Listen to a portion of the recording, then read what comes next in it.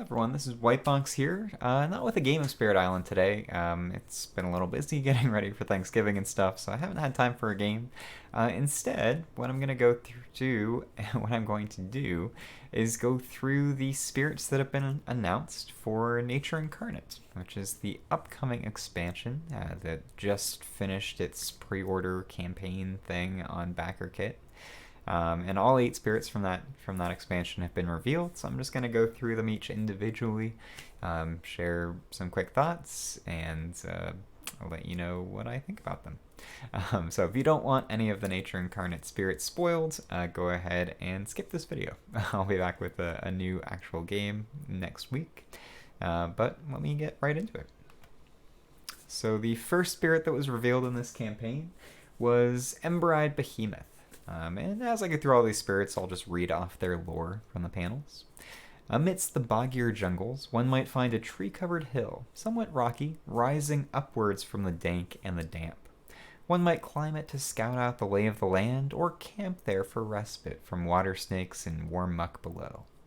But do not settle there, nor quarry that stone, for that hill is a spirit, immense and incarnate. It might be a living scale of the great serpent, or a dream given waking form, or a spirit wrapped around a great curse, enfolding it and containing it from spilling outwards. If you bother it, fire will kindle in its eyes, and it will rise and smash its way across the landscape. And this was the first spirit that was revealed that uses the Incarna mechanic. It's a mechanic that half the new spirits in this expansion use, as well as 2 or 3 of the aspects that are releasing for existing spirits. Basically, the Incarna is a more focused area of a spirit's presence on the island. So kind of like almost a physical manifestation, or maybe even a physical manifestation. I think it definitely is a physical manifestation for Ember-Eyed Behemoth. So the idea with this spirit is that it's a kaiju. It goes around smashing stuff on the island with its Incarna, and yeah, it seems fun. Pretty moderate complexity, maybe even low once you get used to the Incarna mechanic. Yeah, it's all offense. It just roams the island with its little Incarna and stops things and does lots of damage. So it sounds fun. I'm excited to try the spirit out. This is what its front panel looks like. You can see it has one option you can choose max once per game, where you can empower your Arcana. I keep saying Arcana. Empower your Incarna. And once you do that, you get to use your innate power, Smash, Stomp, and Flatten, twice, which is good. It just does extra damage.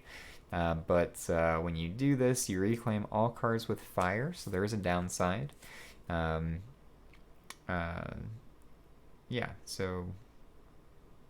Yeah, you have to move the Incarna. You don't get to add presence when you do that, so there are some downsides to it.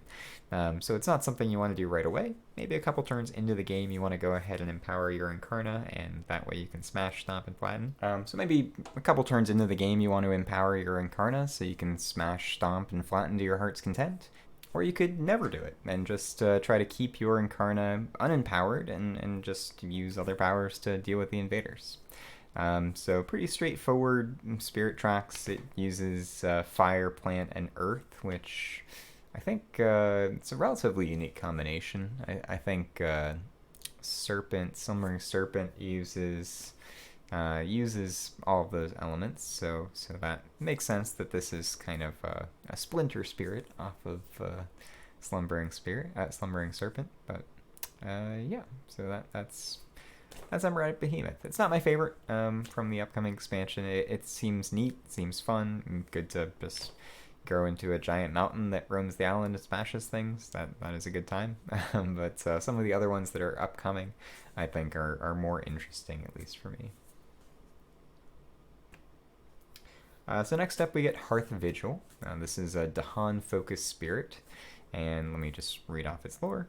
So Hearth Vigil is a spirit of neither fire nor cooking. It is a watcher and guardian, a protector who keeps vigil over common hearths. In the dry season, it smothers rogue blazes. In the wet season, it fortifies the health of older Dahan suffering from Weaslun. In all seasons, it intensifies the hearth's powers of wellness and community strength. It is friendly to speak to, though most grown Dahan don't usually distract it without cause. Historically, its aid was first sought during the bloody conflicts of the servant cults, due to the threat of mass poisonings. As those agreements affected its nature, it became able to offer more than just simple vigilance. So the setup here is really interesting for this spirit. You want to put 3 presents on your starting board, 1 in the highest numbered land with Dahan, and 2 in the lowest numbered land with at least 2 Dahan. Then you add 1 Dahan in each of those lands, which are considered additional survivors of the invader's diseases. Remember, the lore of Spirit Island is that we take over the game a couple decades after the invaders first get there. That's why they already have cities and settlements on the island, and why they're in Blight there already. So in this case, you're adding extra Dahan because in Hearth Vigil's lands, they're more able to withstand those diseases. You also start with 1 energy, which is precedence that will come into effect on a later spirit as well. But it's a little bit interesting to try to make it more so that they don't have to have a lot of energy on their tracks, but can still play cards at the beginning of the game. So I think that's interesting. Very good at protecting Dahan and its lands. That's kind of its whole shtick. So good defense, utility. I like protecting Dahan, so I think I'm going to have a lot of fun with this spirit. Looking at its special rules here, rooted in the community. Blight added to your lands does not destroy your presence if Dahan are present. So it's not great at stopping Blight, but it is good at stopping Dahan from dying, and it can keep its presence there if no Dahan, if Dahan are still left. And then Fortify Heart and Hearth. While in your lands, Dahan have +4 health each and can't be damaged, destroyed, or replaced by event and blight cards. Which is very nice, especially when you get those awful events like Farmers Call Dahan for aid, or anything that adds a disease to destroy Dahan. Yeah, this spirit is really good at protecting them. So I can see this spirit pairing really well with other Dahan-friendly spirits like Thunder Speaker, Many Minds Move as One, Eyes Watch from the Trees. Anybody who uses the Dahan a lot is really going to love this spirit. I also like the art for this. It's like a hound, dog, deer type thing with eyes covering it. It's really good. One of my favorite spirit panels from any of the spirits in this expansion. I think that's cool. So yeah, it's a Dahan protector. That's its whole thing. And if you like working with Dahan, I think you'll like the spirit. Alright, now we start getting into the crazier ones, the higher complexity spirits. So this is Breath of Darkness Down Your Spine. And I might spend a little bit more time on this to explain it because it is pretty complicated. I'm going to make sure my timer's still good here. Yes, I'm still good. I've got time. Alright, so Breath of Darkness Down Your Spine. In the open spaces of Spirit Island, the night sky, when clear, blazes with light from the moon and stars. But not all of this light reaches the earth. From time to time, an ever-shifting shadow writhes across the land, bringing a darkness deeper than found under any jungle canopy. It seeks out those who are isolated and alone, and swallows compatriots and communities alike into its lightless void. Some return, others do not. Many Dahan suspect this may be another form of Shadow's flicker like flame. Its whispery voice crackles like fire, among other signs, but keep cautiously clear of it, as it has made no requests of them. So the special thing with this spirit is that it has a unique land, a unique card that acts as a land, which is the darkness. I think I have it here. The Endless Dark. So it's a location card. So the Endless Dark is on the island, but it isn't on any board or adjacent to anything. And basically, you can move stuff to the Endless Dark. It's really good when there's a lone explorer or lone town, or I think even a lone city. It can pull those pieces into the Endless Dark, and then over time they get downgraded. So towns become explorers, explorers disappear. But there are some downsides to this Endless Dark. It can't keep things there forever. So no matter which growth option you choose, some number of pieces will escape the Endless Dark during your growth phase. If you do your Reclaim, all pieces that are trapped in the Endless Dark will escape. If you do your Growth 2, two pieces escape, and if you do Growth 3, just one piece escapes. But you are able to move things there other than just invaders. This spirit works with beast tokens. You can see that on the panel here. So you can move beast tokens to the Endless Dark, and then rather than the invaders escaping, the beasts escape, and that's pretty cool. The other thing that this uses is Strife. It can add Strife to things, and then when they escape, they're strifed, and then the Hun can fight back and destroy stuff. This is also another Incarnate spirit, a very, very mobile one. So it's got the Incarnate ability here, Terror Stalks the Land. You have an Incarnate. Empower Incarnate after uncovering this Empower Incarnate spot on your top track. If your Incarnate is empowered, you may abduct one explorer or town at the Incarnate each fast phase. And to abduct pieces, you move them to the Endless Dark. When pieces escape the Endless Dark, they move to non-ocean lands with your presence or Incarnate. When your powers would destroy or directly when your powers would damage or directly destroy the only invader in a land, you can instead abduct it. And that's when it's going to go into your Endless Dark. So the spirit, it's high complexity. It seems very cool. They have some innate powers that work with the Endless Dark and their Incarnate here as well.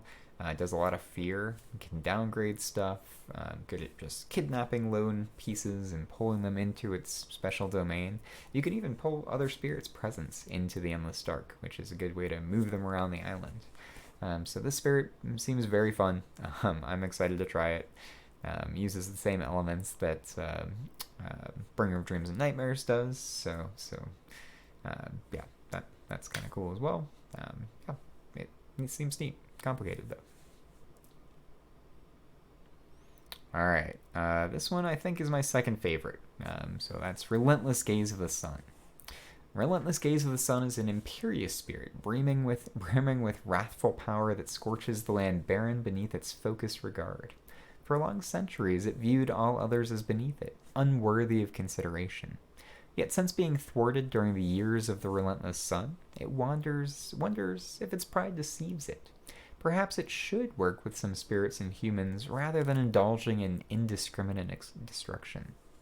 It is still considering this idea. Regardless, the invaders offend it by making the land fragile, forcing it into the intolerable choice between dimming its majesty and unintentionally scorching the land. So set up here is you put some presents and Badlands in your starting board and the lowest numbered sands. And we finally get a Sun Spirit. So Sun, I think, is the least used element among spirits. And there hasn't been one really that's been primary Sun. There are a decent number of secondary Sun Spirits. Keeper of the Forbidden Wilds, the Sunbright Whirlwinds, River Surges and Sunlight, of course. But there's no primary Sun Spirit until this one. So that's really exciting. And it uses stacks of 3 presents, so an interesting way of getting its presence there, to kind of focus and hammer the same land with repeated powers. So similar to the way that Downpour drenches the earth, or Downpour drenches the land with repeated powers, you have the special rule here, Relentless Punishment. After using a power card, if you had at least 3 presents in the origin land, you may repeat it any number of times on the same target lands, ignoring origin, range, and target requirements, by paying both the energy cost of the power and 1 energy per previous use of the power this turn, each time you repeat the power. So theoretically, you could just keep hammering the same land over and over and over again as long as you had enough energy for it. And the energy gain that you can get is pretty big. You can get big bursts of energy here with Growth 3, where you gain 2 times, or gain energy an additional time, so double what your presence is. So you have a 5 here. Let me extend my timer here because I've got a few minutes before I have to put a Thanksgiving pie into the fridge.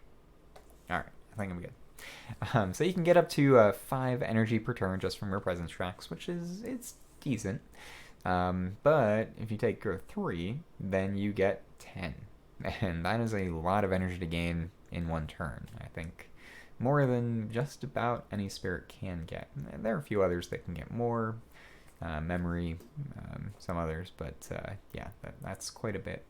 And you also get to move 3 presents together. So remember, you want stacks of 3 so you can focus your gaze somewhere. So if you have a stack of 3, you can move it up to 3 range away, get 10 energy, and then just hammer a land over and over again. So it seems very fun. You can do that with majors, minors, whatever you want. So this spirit seems really cool. It's very much offensive focused. Sorry, spoiling stuff ahead. Very much offensive focused. There is some fear and a little bit of utility there since it uses Badlands. The other thing is that part of this spirit's lore is that it's trying to work together with other spirits and the Dahan potentially. So you have this second power here, consider a harmonious nature. When your powers would add blight, you may destroy 1 presence there instead, which is nice. You have your growth option here that lets you add destroyed presence back to the board pretty easily. So even though you might be losing some presence to blight and to considering a harmonious nature, you can add them back pretty easily. So this spirit, I think, like I said, it's my second favorite from this. I like sometimes going in spirits that are all offense, like Volcano. This reminds me in some ways of Volcano, and I like that a lot. So I'm excited for it. And next up is another Incarnate spirit, so Towering Roots of the Jungle. Towering Roots of the Jungle is a massive, sprawling tree, mighty and ancient. It predates the Dahan, but its history has intertwined with theirs ever since they arrived as part of the First Reckoning. It served as one place where Dahan might settle freely. It protected the land from any accidental damage done by the Dahan, and the Dahan from spirits that wished it ill. It has never before felt the need to reach out through its offshoots and descendants around the island, but the threat of the invaders and their heedless destruction has motivated it to grow and change in this new way. So this spirit's interesting. It's kind of like a sanctuary. It's Incarnate rather than being super mobile, like the other 2 Incarnate spirits. Just kind of sits there. There are ways to move it. But it's mostly just a place where you can gather invaders, gather Dahan, gather beasts, gather wilds, and prevent them from being destroyed. They don't destroy each other. But then you do have some ways to remove them. So if you target a land with your Incarnate and invaders, you can remove stuff there using this second thing, Revoke Sanctuary and Cast Out. So that's one way you can get rid of stuff. The other thing that the spirit uses is vitality tokens. So vitality tokens is something that was thought to be added originally in the game, and they could never balance it, so they didn't. It's a token that gets added to the board that when blight would be added, it removes the vitality token instead. But instead of adding that token to be used by any spirit, it's a token that's specific to Towering Roots of the Jungle. And they get some special benefits for having vitality tokens in lands. So yeah, that's their whole thing. So it seems interesting. I'm interested to play this spirit. It's very defensive. You can see right here all defense because they're gathering things into their Incarnate to try to keep them from fighting. And then when those invaders are getting a little too rowdy, you can go ahead and try to kick them out and remove those invaders. So that is a bit interesting.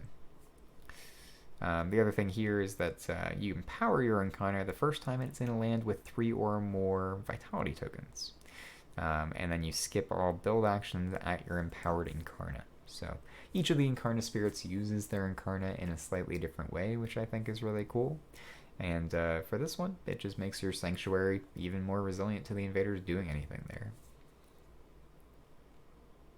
Alright, so that is Towering Roots of the Jungle. Now I get to my favorite, I think. This one is very high complexity. It just seems so cool, though. I'm excited to try it. So Dances Up Earthquakes.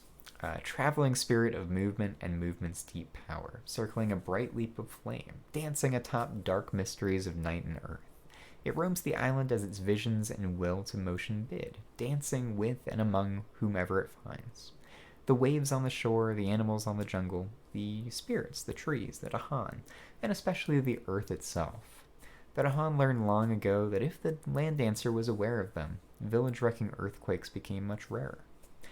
Through this, they found that many spirits appreciate and gain power from various patterns of song and of dance and rhythm, in addition to those of shape and word.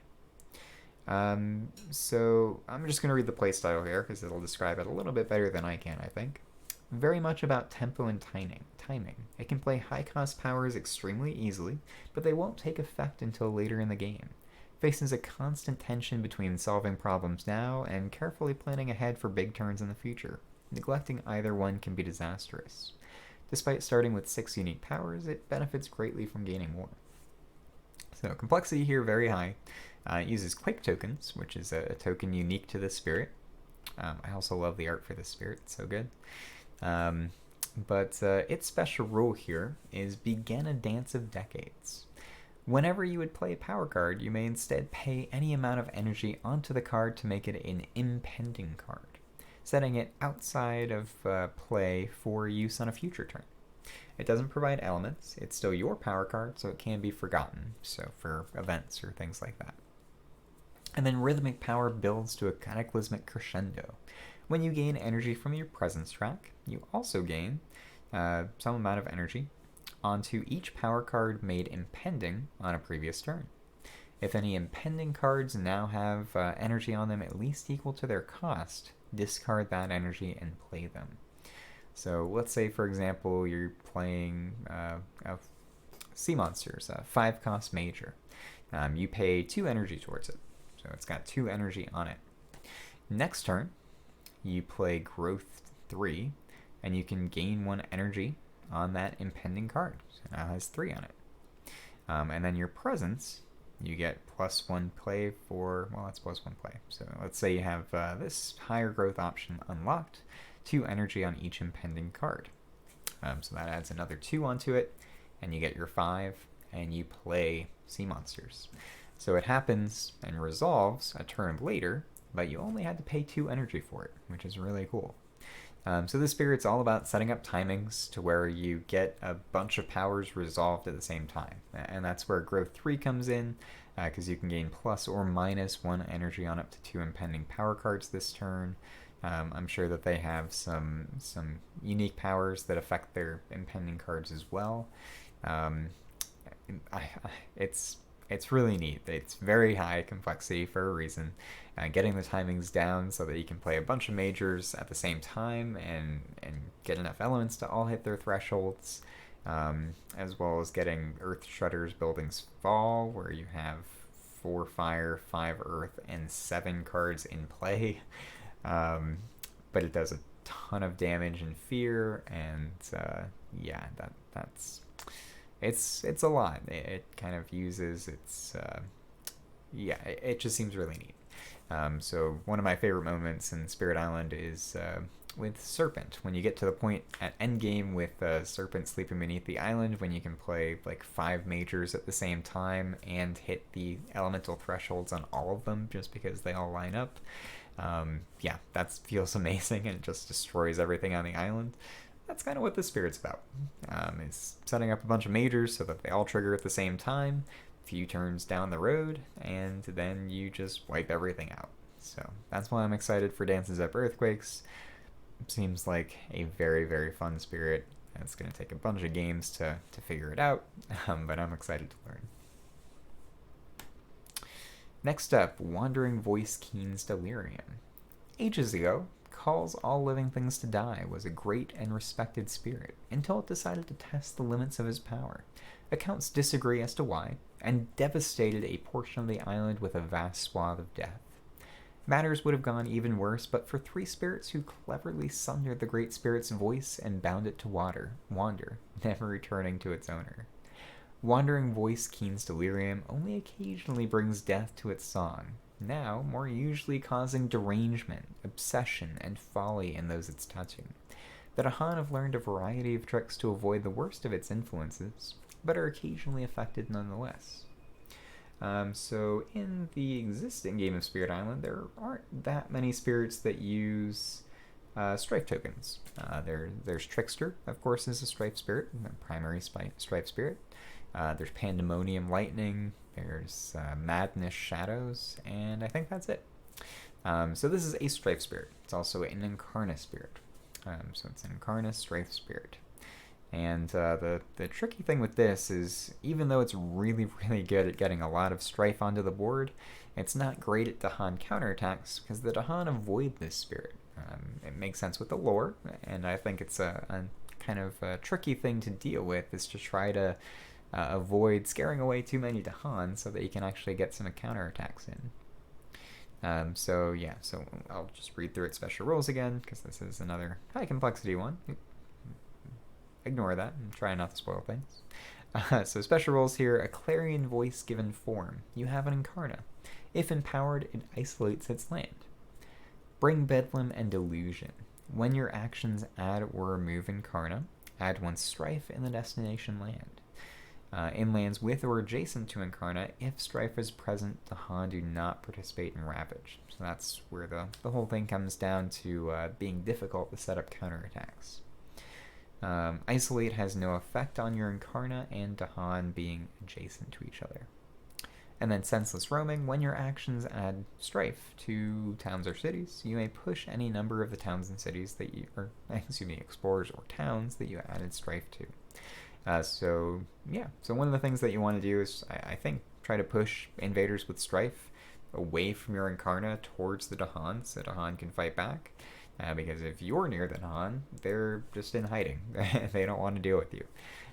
So it becomes kind of a tricky spatial game where you're trying to set up a lot of Strife on invaders, but you're also trying to stay away from the Dahan so that they are actually free to go ahead and do counterattacks on those Strifed invaders. So it's interesting. This is also a super mobile Incarna Spirit. This inscrutable journeying, you can push your Incarna. And you can do that just for 1 air. Or once you get up to 3 air, you can do that as well, which you can get pretty early on. This is a spirit that uses sun, moon, air as kind of its primary elements. It seems like it's pretty split between them, but I guess air would be the big one. It's a spirit of sound, so that makes sense. So it's not my favorite from this list. Maybe I'll like it a lot more when I actually get a chance to play it. But if you like Strife, this is your Nature Incarnate Spirit. And then the final spirit for Nature Incarnate. It's my favorite art. I do like the concept of the spirit a lot. It's probably my 3rd favorite of this list. Is Wounded Waters Bleeding. So in years past, Peace Waters was a woodland pool fed by a small river, a spirit of contented coexistence and the gift of water. Humans and animals would drink in peace, then move on. The invaders, too, found Peace Waters, drank, and moved on. Upriver, they built slaughterhouses and tanneries, pouring charnel blood through the pool day after day, year after year. The spirit which used to be Peace Waters had barely survived. It is no longer a spirit of peace, but it has not yet found coherence in a new nature, and until it does, it's at risk of unraveling altogether. So this is a spirit that makes use of being able to start with energy. It starts with 4 energy, which is more than any other spirit. And the whole idea with this spirit is that it starts out wounded. Like it says here in the playstyle, it starts off wounded, losing a presence or power card every turn.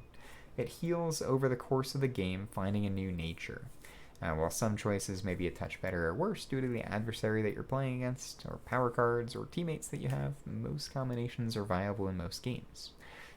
So there are 4 healing cards, and you can use kind of any combination of them, I guess. So that's how you heal yourself up. So let me show its front panel. So since it starts out wounded, its choices at the beginning of the game are very limited. You can only use Growth 1 or Growth 2. Additionally, you have 1 set of tracks here that you have to go down. So you're very limited at the beginning of the game. And over the course of the game, depending on whether you're playing more cards with water or more cards with animal, you're going to add animal or water tokens, like the little elemental marker tokens, into these spots to fill it up. And that's going to let you get healing cards. And those healing cards can either bring you toward a more aggressive spirit that embraces this bloody animal nature, or one that returns back to its peaceful, watery nature. So I think that's really interesting. It's very much based on the cards that you get and your teammates and the adversary. So yeah, it's a lot of flexibility in how you can grow this spirit. I'll just show some of the healing cards. So you get a healing card. You can play a healing card on turn 3 and then additionally on turn 5. And I guess you always want to do that. Here's one of the turn 3 healing cards, Roiling Waters. You got Lands of Blood and Savagery. When your powers add or move beasts into a land, you may do 1 damage there per added or moved beast. When your powers add or move any number of Dahan into a land, you may do 1 damage there, max once per power. So it can do a lot of damage by moving beasts around. Requirements here, I'll just stop that. Requirements here is that you have at least 3 healing markers. So turn 3, you'll have 3 healing markers. Claim at least 2 beast healing markers. So majority beast. So you can have 2 or 3 of these beast markers. I don't think I have my... There we go. Yeah, there we go. Now you can see that. Yeah, and no other healing cards claimed. And then on turn 5, you get to choose another one. So in this case, Waters Renew. So it's a healing card. It replaces Sanguinary Taint and Seeking a Path Towards Healing. So Seeking a Path Towards Healing is the special rule that forces you to destroy a presence or forget a power. So you no longer have to do that after turn 5.